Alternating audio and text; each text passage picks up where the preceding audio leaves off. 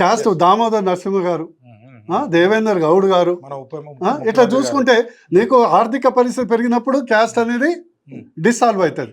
కానీ ఆర్థిక పరిస్థితి లేనప్పుడు అదే మన నల్గొండలో పిల్లగాడిని పరువు హత్య చేస్తారు. కరెక్ట్. ఇది ఇట్స్ రియాలిటీ.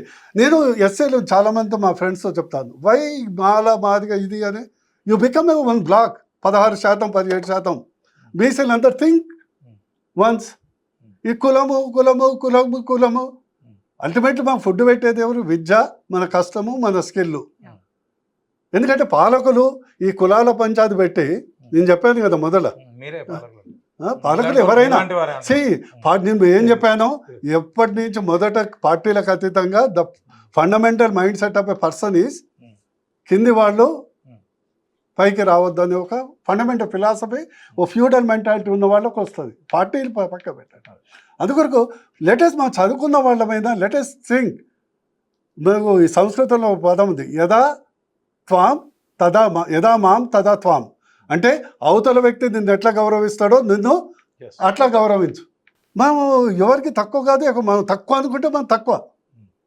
లెటెస్ట్ ఇప్పుడు 18% ఉన్నటువంటి ఎస్సీలు ఒక సింగిల్ క్యాస్ట్ అయితే దట్ ఆటోమేటిక్ పవర్ అనేది వస్తుంది. బీసీలు 50% ఊరికే గౌడు, యాదవ్, మన్ను, మశానము ఇవన్నీ ఎందుకు? వన్ క్యాస్ట్ అయిపోయాయి. అసలు నా దృష్టిలో క్యాస్ట్ సర్టిఫికేట్ కంటే బీసీల వర్గం ఉంది, ABCD 20. ఎందుకు?